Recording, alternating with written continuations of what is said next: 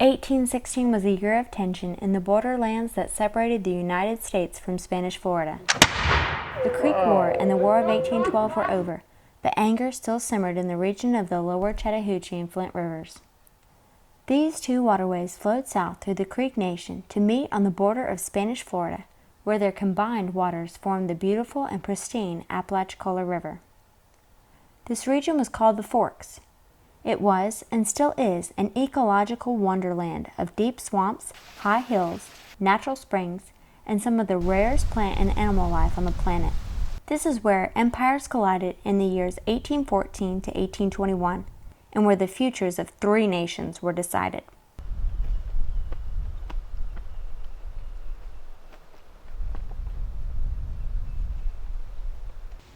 The Flint River of today looks nothing at all like the stream visited by U.S. troops in June 1816. They came here to build a new fort. The narrow, winding river they explored 200 years ago is now a wide expanse of beautiful blue water. Lake Seminole is a playground for boating, fishing, and other outdoor activities. It covers more than 37,000 acres, and the original forks of the Chattahoochee and Flint rivers are deep beneath the surface. This is the site of Fort Scott. American soldiers came here to build a new base, a post from which they would launch an attack on the fort at Prospect Bluff. Located deep in Spanish territory on the lower Apalachicola, Prospect Bluff had been fortified by the British during the War of 1812. The Union Jack still flew over their fort, which the Americans now called the Negro Fort. They considered its existence a threat to their very lifestyles. Today we live in a pretty secure world. We don't understand that. We can't wrap our head around that. But people were literally living daily in fear of their lives. And so, you know, yeah, it would have been a very scary place to be, either side of the border. With the people who lived here or people who lived in Georgia, it would have been scary for either one. Historian Dale Cox has been studying these forts of the forgotten frontier for decades. He believes that the men at Prospect Bluff thought they were still in the service of Great Britain. They're often described as renegades or things like this. They were actually trained military men who were in the British Marines. They wore uniforms, they carried out drills, they did everything that you would do at a normal fort of the time. They flew the British flag over this fort. And unfortunately, Nichols never came back, but the United States did. The United States was terrified of this big colony of free blacks that was growing here at Prospect Bluff. They feared that slaves were being attracted from the plantations of the South. The Spanish inhabitants didn't like them any better because many of them had been in slavery in Pensacola under Spanish rule and had come here. And so the United States sent an expedition down to destroy them. To counter the threat that he believed the colony at Prospect Bluff offered to life in the southern states, Major General Edmund P. Gaines sent Lieutenant Colonel Duncan Lamont Clinch to establish Fort Scott. Clinch arrived on this bluff during the second week of June 1816. The creation of Lake Seminole in 1958 has changed the very nature of the site, turning it from a high, commanding bluff to a low rise surrounded by swamps and water. The men built a temporary fort that they first called Camp Crawford, then set off down the Apalachicola River to attack the colony of free blacks at Prospect Bluff. The week-long siege of the Negro Fort ended when a U.S. Navy gunboat fired the deadliest cannon shot in American history. On July 27, 1816, gunboats 149 and 154 came up to within cannon range of the fort. The fort responded with a cannon shot and the battle was on. The gunboats fired a total of 5 shots. They began by testing their range to the fort. The 5th shot that was going to be fired, they heated in a cook pot. They didn't have an actual oven or stove on the ship, but they had a cook pot where they cooked food in a kettle. They heated this cannonball until it was red hot, dropped it down the barrel of an 18-pounder cannon and fired it at the fort. As fate would have it, it apparently sailed through the open door of one of the 3 gunpowder magazines and blew at least the interior part of the fort to pieces. 270 of the 320 people in the fort were killed on the spot. 30 of the survivors soon died from their injuries. It was the deadliest cannon shot in American history. Of the handful of survivors, only a few proved to have escaped from slave owners in the United States. Among these was Abraham. Once held in slavery on a Georgia plantation, he had escaped to freedom in Spanish Florida, where he joined the British colonial Marines during the War of 1812. No one came to Camp Crawford to claim him, and he was soon released. Returning to Florida, Abraham became a major leader among the Black Seminoles and was an important figure during the Second Seminole War. Camp Crawford was soon renamed Fort Scott to honor Major General Winfield T. Scott, a hero of the War of 1812. Colonel Clinch and his men built barracks, officers' quarters, and other buildings at the site, where today trees and undergrowth grow and are rarely disturbed. The Army was looking for ways to reduce expenses by late 1816, and Fort Scott was evacuated. The buildings were left in the hands of a local Creek Indian named George Perryman. He moved his family to the fort and agreed to watch over the buildings and the military supplies being left there. It did not take long for Seminole and Red Stick Creek Indians to arrive at the abandoned fort. They were angry over the destruction of the vast supplies of gunpowder and weapons left for their use at Prospect Bluff. Perryman was ordered to leave, and smoke soon rose over the Flint River as at least 3 buildings were burned to the ground. The incident concerned American officials, and U.S. troops were soon on their way back to Fort Scott. Donahoe comes and starts to rebuild the fort. Donahoe arrives in June of 1817. Captain Sanders Donahoe and his artillery company were joined at the fort in July by Major David E. Twiggs and a company from the 7th U.S. Infantry. These men continued to work on the buildings and stockade through the summer of 1817. The soldiers, however, encountered resistance from Neamathla, the chief of the nearby village of Foultown. He had not signed the Treaty of Fort Jackson, which ended the Creek War and ceded more than 20 million acres of Creek land to the United States. The chief told Major Twiggs, and later General Gaines, that he was directed by the powers above to defend his land and would do so. Christopher Kimball is a historian of the Seminole Wars. You know, they don't consider themselves Americans or something. They don't want to move, and so they figure they're fine where they're at. They don't want people coming on their land and cutting down their trees, and they said, well, we don't trust you, we don't trust any part of that. Keep off our land. Don't come cutting trees down from our land. General Gaines arrived at Fort Scott in person in November 1817, along with more than 500 soldiers from the 4th and 7th Infantry Regiments. He immediately ordered Twiggs to go to Foultown and bring back Neamathla and his leading men as hostages. They were to be held until their followers agreed to give up lands now claimed by the United States under the Treaty of Fort Jackson. And so Gaines, he sends his soldiers to bring Neamathla to him, says, if you're not going to come, we're going, maybe take a few hostages. So when the men are away at Foultown, they're mainly just the women and some of the old people and children at Foultown. The soldiers show up one evening. This battle ended badly for Neamathla and his people. Among the dead, as was reported by Major Twiggs to General Gaines and then on up the chain of command, was one of the female inhabitants of the village. General Gaines expressed regret over this, but it was too late to stop what was about to happen. The Creek Indian men and women killed at Foultown on November 21, 1817, were the first casualties of the Seminole Wars. When Major Twiggs returned to Fort Scott with news of his failure to capture the chief, General Gaines ordered a second expedition to go back to Foultown, this time under Lieutenant Colonel Matthew Arbuckle. He and his 300 men returned to the village on November 23, 1817. The soldiers were loading their wagons with corn from the Native American corn cribs when Neamathla and his warriors attacked. The purpose of which was that they were getting hungry at Fort Scott. Supply boats had not yet arrived, and they needed all the supplies that they could get. So they went back to Foultown. They began to load up their wagon with corn from the Indian corn cribs, and at that moment, Neamathla and the Tutolosi warriors attacked. The village has been evacuated there, and the soldiers burn the town and take several hundred cattle. And at this point, the Indians are enraged there. They consider this a declaration of war with their town destroyed. They chase after the soldiers. The incident is remembered today as the Battle of Foultown. Several of Neamathla's warriors were killed, while Arbuckle lost 1 man killed and 2 wounded.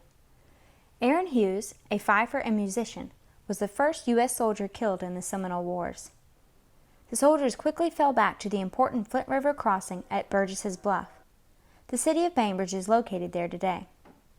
The men built a small fort on the crest of the bluff and named it Fort Hughes in honor of their fallen comrade. Here on this little hill that is in today's J.D. Chasen Memorial Park, they built what they called a small house or a blockhouse, a small fort. They named it Fort Hughes after the unfortunate soldier who had been killed in the Battle of Foultown. He was the first U.S. casualty of the Seminole Wars. Now these wars would go on for another 40 years. Untold numbers of lives would be claimed from both disease and hunger and fighting as these wars continued. Steve Abel is the colonel of the 7th Infantry Living History Association. He visited the site of Fort Hughes to lay a wreath on the monument and to remember the life of Aaron Hughes, who is buried somewhere nearby. And so here was a musician, all right? And of course you always say, oh, the musicians, they're non-combatants and everything. Who's the first guy killed? Is a musician. And it shows something about the men back then in that detachment that went to Foultown. They didn't leave him. They picked him up and they took him with them. It's like, we leave no one behind. And they buried him at the site now, of course, of Chasen Park and everything. And so it was kind of very somber to stand there. And of course you look at the giant cannon as it's mounted in the concrete, and it's a very imposing monument. And then you think, well, somewhere around here there's a guy who probably the last thing on his mind was winding up on a bluff, over the river. He probably, when his term of service was over, he was looking forward to going somewhere else. And in him, you encapsulate all those other people and you realize the guy's no different than you. And when we put the wreath there this morning, my wife and I, we both said, we remember. Colonel Arbuckle and his men soon returned to Fort Scott, but Captain John McIntosh and 40 soldiers were left behind to hold Fort Hughes. The U.S. attacks on Foultown stirred up a hornet's nest in the borderlands. Red Stick Creek, Seminole, Black Seminole, Uchee, and other warriors flooded to the area of the Forks to reinforce Neamothla and his outnumbered followers. They retaliated with a devastating blow on November 30th, 1817. They were in hidden positions along the banks of the river. They opened fire on the boat. The commander of the boat, Lieutenant Richard W. Scott, was shot down in the first volley of fire, as were most of his able-bodied men. 20 of the men on board were not even armed. They were sick with fever and were being taken upriver to Fort Scott to the hospital there. When the attack began, the boat drifted close to the eastern bank, or the Chattahoochee side of the river. That's when these warriors stormed the boat. They basically killed everyone that they found alive on the boat. Other attacks followed, at Spanish Bluff and Ocheesee Bluff on the Apalachicola River, at Fort Hughes, and even at Fort Scott itself. War parties struck against homes and settlements on the frontier. Communications to and from Fort Scott were disrupted, and supplies were prevented from reaching the fort. News of the Scott Massacre led President James Monroe to order additional troops to the frontier. Major General Andrew Jackson was ordered down from his home in Tennessee to lead them. It took months for these reinforcements to arrive, however, and the men at Fort Scott suffered through a long winter of cold and hunger. Fort Hughes was abandoned less than 1 month after it was built because the men there could not be fed. Fort Scott was on the verge of suffering the same fate when news finally came in February that Andrew Jackson had arrived on the Georgia frontier. He marched down the west side of the Flint River with an army of 2,000 men and reached the fort on March 9, 1818. Jackson's stay at Fort Scott was brief. He arrived to find that there was virtually no food left at the fort, but that Lieutenant Colonel Arbuckle had just learned that desperately needed provisions were in Apalachicola Bay. With thousands of men to feed, and nothing left but 1 pint of corn and a small portion of raw pork per man, the general decided to march his army forward in a desperate attempt to meet the supply boats as they came up the Apalachicola River. The army crossed the Flint River at Fort Scott on March 10, 1818, and left sight of the fort on the following day. Jackson proceeded down the east side of the Apalachicola River, crossing the site of present-day Chattahoochee, and finally spotting the boats from the heights of Alum, Bluff in today's Liberty County. His men now fed, they marched on down to Prospect Bluff, where the wreckage of the so-called Negro Fort could still be seen. A new fort was built there and named Fort Gadsden in honor of Jackson's engineer, James Gadsden. Jackson recognized that this was the lowest point on the Apalachicola River that was not subject to normal floods, and so he decided to build a supply depot here. He instructed Lieutenant James Gadsden, who was an engineer with his army, to build a new fort. Gadsden recognized that the new fort was probably going to be held by far fewer people than the original British post had been, which had been designed for a couple of thousand. So he designed a much smaller fort, Fort Gadsden, and that's the earthwork that you see behind me here. It's still very evident here at the site. And so Jackson was so pleased with the construction of this fort that he named it in the young lieutenant's honor, Fort Gadsden. From there, the American Army went on to fight the Red Stick, Seminole, and Black Seminole forces at Miccosukee, Econfina, and Suwanee Old Town. The troops also captured the Spanish settlements at St. Mark's and Pensacola. 2 British subjects found in Middle Florida, Alexander Arbuthnot and Robert Ambrister, were captured and executed, as were the Red Stick leaders Josiah Francis and Homathly Miko. Fort Scott now assumed a new role as a logistical and communications base for the invading American Army. Troops, supplies, and reports reached the fort and were forwarded from there to Jackson's army in the field. The garrison of the fort was greatly reduced in strength, but the post remained occupied even after the Seminole War came to an end. By 1820, Fort Scott represented the point of an American spear aimed at Spanish Florida. Spain had agreed to give the colony to the United States, but was dragging its feet in ratifying the treaty. A military buildup began at Fort Scott and other posts along the frontier as a warning to Spain that it would be required to live up to the terms of the treaty. Spain had lost control at Exactly. that point. It was this was a decayed empire, Exactly. and it's when it's a vacuum, Right. And when a power vacuum is created, Well, and you've got Americans are all going into Pensacola and buying up the lots. You know, Yeah. you got everything taking place.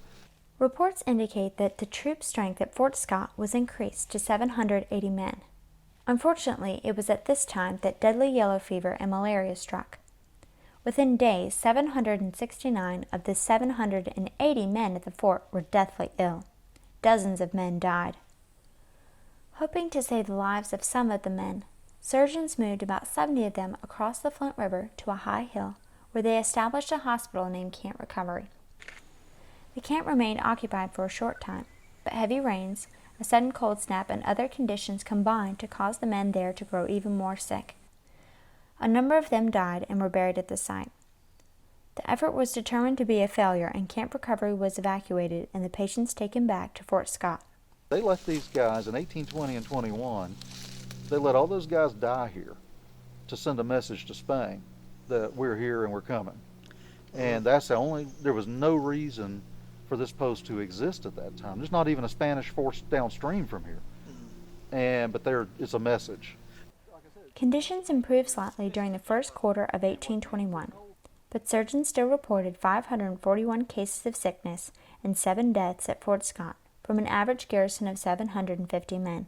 disease was your constant companion. If you look at America's military deaths from the time of we becoming a republic all the way up through the Civil War, and you total the men who have perished while wearing the uniform of the United States, the majority of them will die from disease.